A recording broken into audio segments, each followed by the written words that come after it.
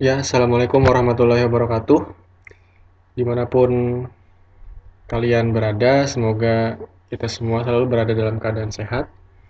Baik, pada pertemuan kali ini kita akan mempelajari atau mengulang kembali materi yang saya kira pernah Anda pelajari pada saat dulu sekolah menengah, yaitu mengenai himpunan atau dalam istilah bahasa Inggris, kita mengenalnya juga dengan sebutan set atau sets, himpunan-himpunan. Jadi di dalam matematika ekonomi, materi mengenai himpunan ini menjadi salah satu materi mendasar yang wajib untuk mahasiswa pelajari. Oke, dalam materi mengenai himpunan, barangkali Anda pernah atau cukup sering ya melihat konsep gambar yang seperti ditampilkan pada slide berikut. Jadi di sini ada semacam persegi panjang ya.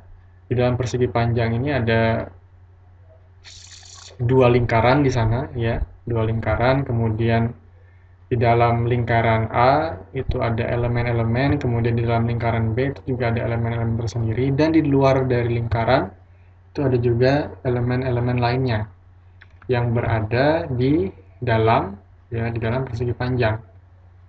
Jika Anda mengingat materi yang pernah Anda dapat dulu pada saat sekolah menengah, maka barangkali ini menjadi materi yang seringkali didapatkan oleh kawan-kawan ya, bagaimana cara untuk menyatakan himpunan tadi ke dalam suatu gambar ya, berupa diagram.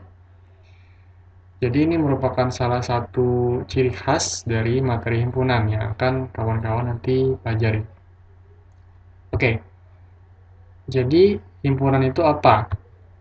Himpunan itu adalah kumpulan objek yang didefinisikan dengan jelas. Jadi jika Anda memiliki objek yang tidak dapat Anda definisikan dengan jelas, maka akan sangat susah bagi kalian untuk bisa membuat himpunan. Oke, kemudian yang kedua, definisi jelas di sini itu bukan jelas dari cara kita menggambarnya, tetapi bagaimana cara kita untuk menentukan kira-kira objek mana atau bilangan mana yang akan menjadi anggota dari suatu himpunan. Dan juga kira-kira bilangan apa yang bukan menjadi anggota dari suatu himpunan yang sudah kita definisikan. Kemudian, himpunan umumnya dilambangkan dengan huruf kapital. Ataupun kalau misalnya menggunakan semacam huruf Yunani, maka huruf Yunaninya itu juga dalam bentuk kapital. Huruf kapital tentu kawan-kawan familiar ya, seperti A, B, C, dan seterusnya sampai Z. Kemudian objek yang menjadi anggota himpunan, himpunan A atau mungkin himpunan B, maka ditulis di antara dua kurung kurawal. Dan antar anggota itu dipisahkan dengan tanda koma. Contohnya, A adalah himpunan bilangan asli yang kurang dari 10. Jadi kawan-kawan harus mengingat juga ya, kira-kira dari materi sistem bilangan yang sudah kita pelajari minggu lalu, kira-kira yang termasuk ke dalam bilangan asli kurang dari 10 itu yang seperti apa. Jadi ini bisa kita nyatakan ke dalam himpunan, yaitu A, ya, akan himpunan dengan anggota 1, 2, 3, 4, dan seterusnya hingga 9. Karena di sini kan dinyatakan bahwa kurang dari 10. Berarti 10 bukan termasuk ke dalam himpunan A. Ya, berbeda misalnya kalau misalnya di sini himpunan bilangan asli yang kurang dari atau sama dengan 10. Ya, jadi Anda harus cermat juga dengan definisi dari himpunan yang sudah dibuat. Oke, mengapa himpunan ini penting untuk dipelajari? Ya, padahal kan terlihat konsepnya ini sederhana dan mungkin tidak begitu berkaitan dengan pelajaran matematika ekonomi. Jadi, himpunan ini sendiri sebetulnya konsep yang mendasar bagi ilmu matematika modern sebetulnya. Dan secara khusus pada bidang ilmu, ekonomi, dan bisnis ya, yang menggunakan pendekatan matematika untuk bisa menjelaskan permasalahan ekonomi. Karena di dalam bidang ekonomi dan bisnis, biasanya kita perlu untuk menentukan atau memformulasikan model yang bisa merepresentasikan permasalahan di bidang ekonomi dan juga bisnis. Artinya apa? Kita harus punya landasan data yang kuat, ya data empiris dari lapangan yang harus jelas definisinya, baik dari segi waktu, tempat, dan juga sebagainya. Jadi misalnya himpunan data saham, ya perusahaan A dari awal Maret 2020 sampai ke akhir Mei 2020. Maka itu sebetulnya sudah termasuk ke dalam kawan-kawan mendefinisikan himpunan. Atau mungkin bisa juga himpunan data nilai tukar rupiah terhadap US dollar. Ya dari tahun 2010 sampai 2020. Maka nilai tukar rupiah ya terhadap dolar yang pada tahun 2000 maka tidak termasuk ke dalam himpunan data tadi. Ya, jadi sebetulnya itu menjadi esensial bagi kita untuk bisa mempelajari himpunan. Jadi kita bisa menentukan kira-kira data apa yang sesuai dengan permasalahan bidang ekonomi dan bisnis yang sedang kita teliti. Oke, jadi bagaimana cara untuk menulis himpunan? Sebetulnya ada dua cara untuk menuliskan himpunan. Yang pertama, yaitu dengan mendaftarkan satu persatu. Mendaftarkan satu persatu ini anggotanya yang kita tuliskan di dalam kurung kurawal. Misalnya S adalah himpunan dari bilangan bulat positif, dari 1 hingga 5. Artinya S ini bisa kita nyatakan, daftarkan satu persatu, S beranggotakan 1, 2, dan seterusnya hingga 5. Kemudian yang kedua, ini bisa juga dengan cara kita menjelaskan, deskriptif. Misalnya B adalah suatu himpunan dari semua bilangan bulat X. X ini adalah semacam variabel saja dari semua bilangan bulat X positif. Maka B dapat kita tulis menjadi B sama dengan atau B merupakan himpunan, ya himpunan dari X, di mana X adalah bilangan bulat positif. Artinya, bilangan bulat negatif, misalnya minus 1, minus 2, dan seterusnya, itu tidak termasuk ke dalam yang namanya deskripsi untuk B. Ya. Oke, kemudian untuk memudahkan pemahaman, ini ada latihan soal. Ya, tuliskan himpunan C dengan menggunakan langkah 1 dan 2, di mana C itu merupakan himpunan bilangan asli Y yang lebih dari 4, namun kurang dari atau sama dengan 10. Jadi kawan-kawan di sini harus cermat ya, menentukan kira-kira bilangan asli yang lebih dari 4 tetapi kurang dari atau sama dengan 10 itu ada berapa saja ya. Oke, ini berkaitan dengan cara untuk menulis himpunan. Kemudian keanggotaan himpunan. Jadi di sini ada sebuah contoh ya, di mana A itu adalah himpunan dengan elemen yaitu A, kemudian B, dan ini adalah C. Kemudian contoh yang berikutnya ini cara himpunan deskriptif ya. Jadi di sini himpunan B itu merupakan himpunan X, di mana X itu adalah mahasiswi Fakultas Syariah IAIN Palangkaraya. Artinya apa? Elemen dari himpunan B tentu adalah mahasiswi Fakultas Syariah IAIN Palangkaraya. Di luar itu, maka tidak termasuk ke dalam himpunan B. Oke, jadi di sini yang ingin ditekankan adalah penggunaan dari notasi, yaitu notasi semacam E, ya, huruf E, di dalam simbol Yunani. Jadi untuk menyatakan suatu keanggotaan, maka kita menggunakan notasi ini, ya, notasi X elemen S. Ini dibacanya elemen. Menyatakan bahwa objek atau elemen X adalah termasuk ke anggota himpunan S. Contohnya kalau misalnya kita bawa ini ke himpunan A, berarti A adalah elemen dari himpunan A. B elemen dari himpunan A, dan C adalah elemen dari himpunan A. Sedangkan notasi X, ya, yang elemennya ini dicoret, ya, menyatakan bahwa objek atau elemen X itu tidak termasuk ke dalam anggota himpunan S. Ini adalah negasi atau ingkaran dari simbol yang ada di atasnya. Ya, jadi kalau Anda menemukan ya notasi seperti ini untuk penyelesaian atau persoalan himpunan, maka notasi X ini menyatakan bahwa objek atau elemen tersebut tidak termasuk ke dalam anggota himpunan yang kita amati. Ya. Berarti kalau misalnya ini kita bawa ke contoh himpunan A, berarti bisa kita katakan bahwa alfabet D, E itu bukanlah elemen dari himpunan A. Karena himpunan A hanya terdiri dari 3 elemen saja, yaitu A, B, dan C. Kemudian ada juga deskripsi mengenai himpunan kosong.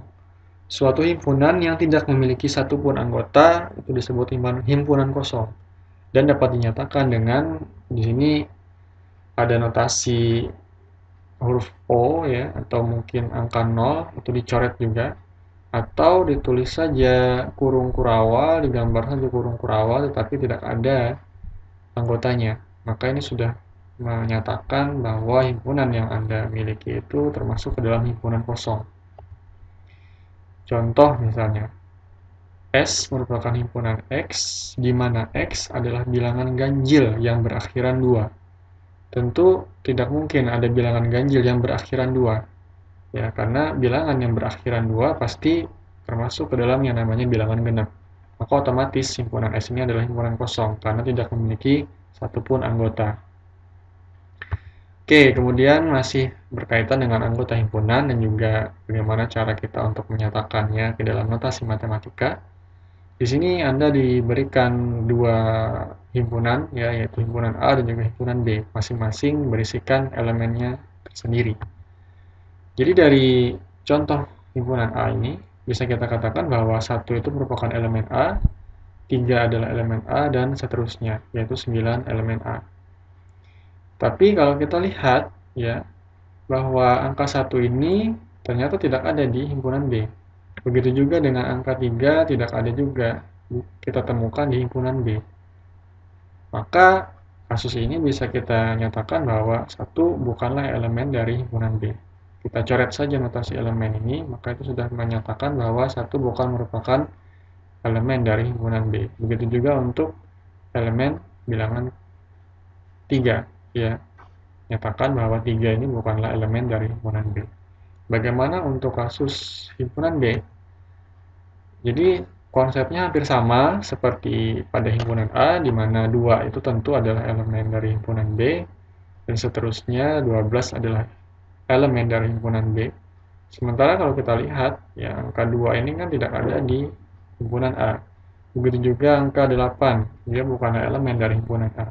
Maka bisa kita katakan bahwa 2 bukanlah elemen dari himpunan A, sementara 8 juga bukan elemen atau anggota dari himpunan A.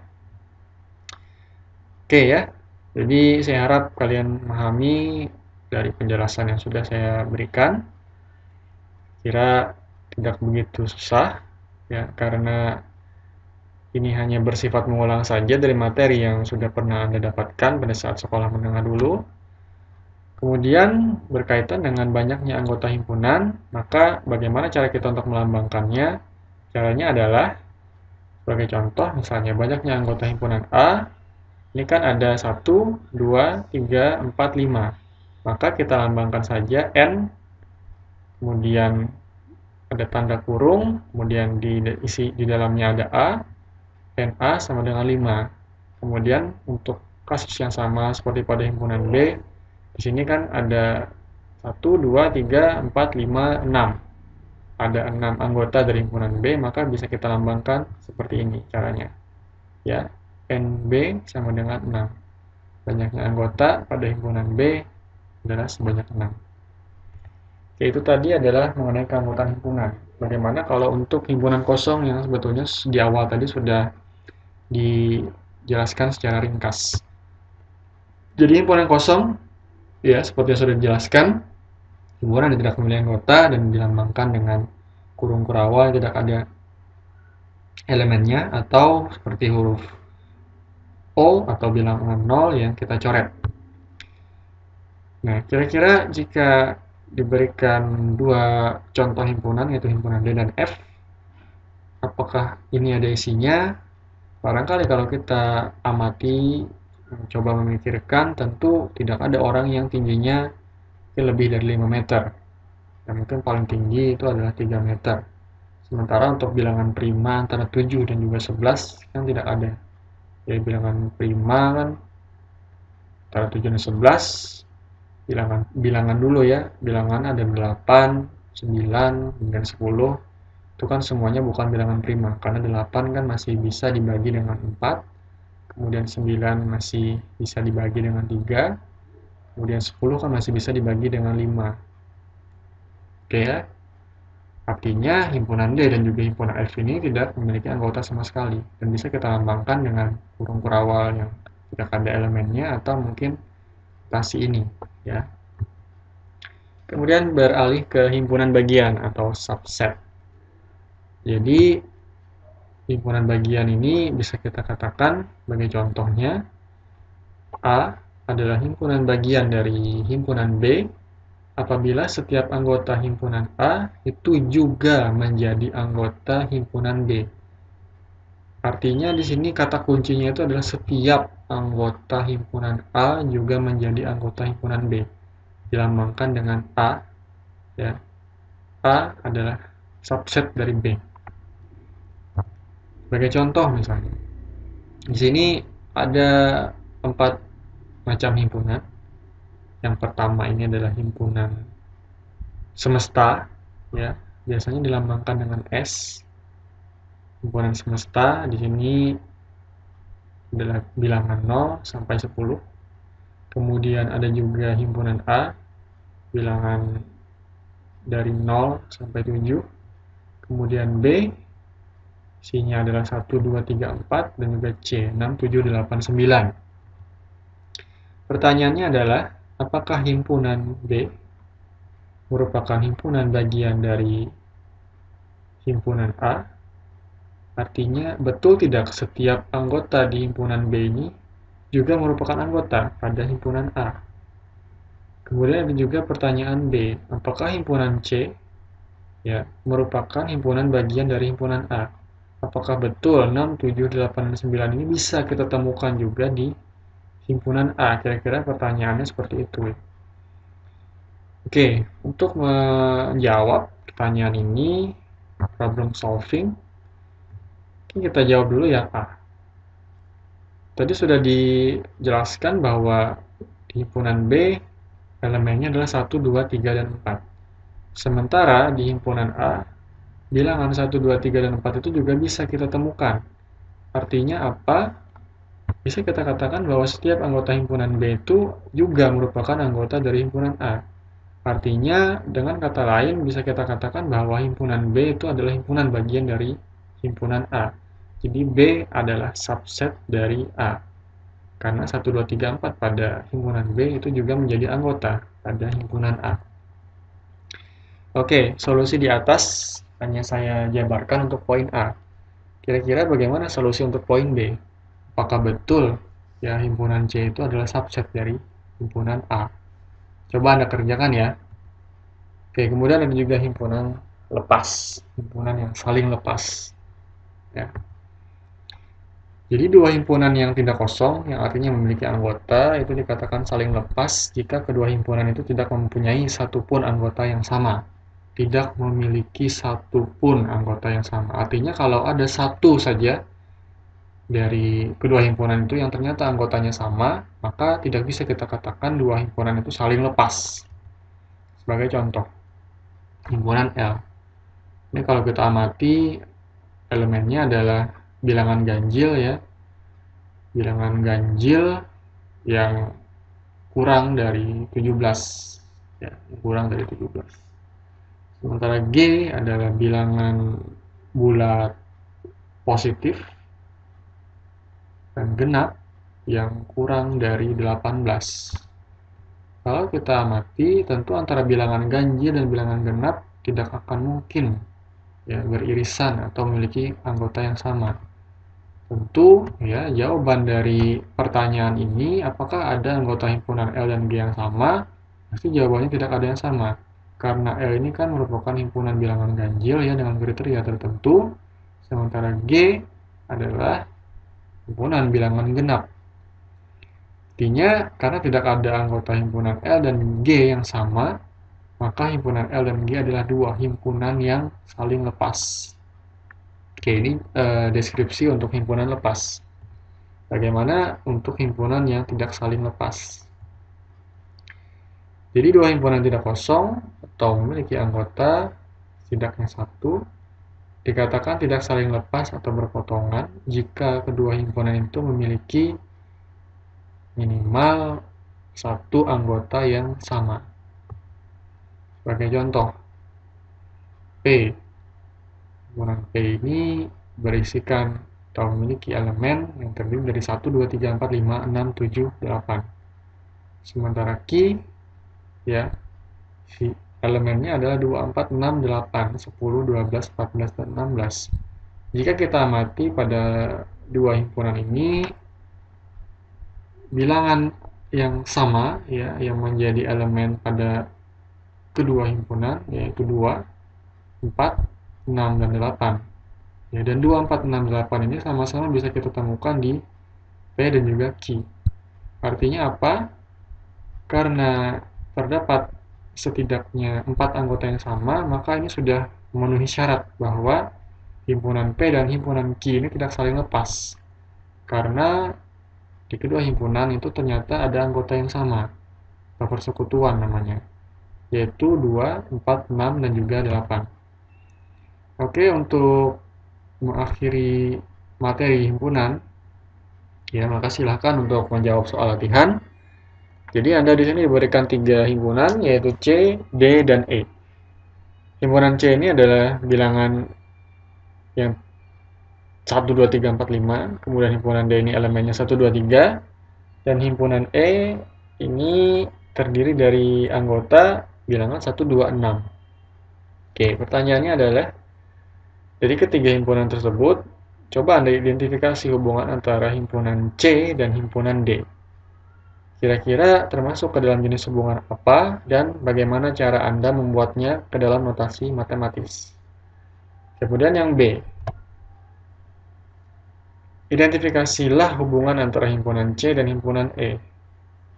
Termasuk ke dalam jenis hubungan apa hubungan antara dua himpunan ini dan bagaimana cara Anda membuatnya ke dalam notasi matematis. Oke, barangkali demikian yang bisa saya sampaikan. Saya berharap semoga teman-teman selalu sehat dan mudah-mudahan materi ini bermanfaat. Terima kasih. Wassalamualaikum warahmatullahi wabarakatuh.